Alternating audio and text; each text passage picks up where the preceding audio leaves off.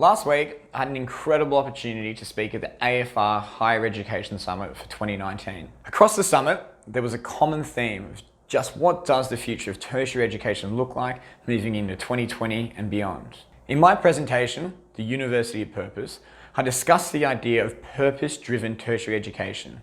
That is, tertiary education for the betterment of students' well-being and for the betterment of the Australian economy. This is something which we really drive at Year 13. I've had an incredible response, and I would like to thank everyone for the support and the kind words we've received over the past week.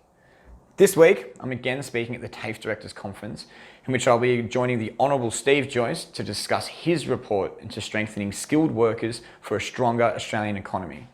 I'll again be discussing this idea of purpose-driven education. A purpose can guide an entire life, providing meaning and inspiration for ongoing achievement and learning.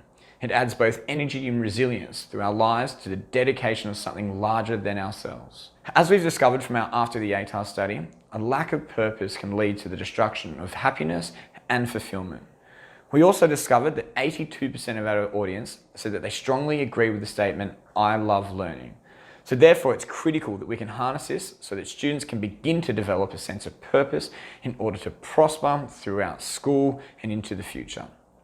I'd love to know your thoughts about this so that we can continue to build on the idea of purpose-driven education. That brings me to my next point.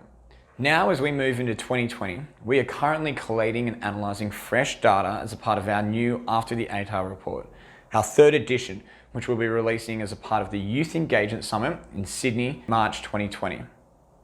If you have any ideas of issues you'd like us to explore, any questions that we can ask our audience, then we'd love to hear from you about this.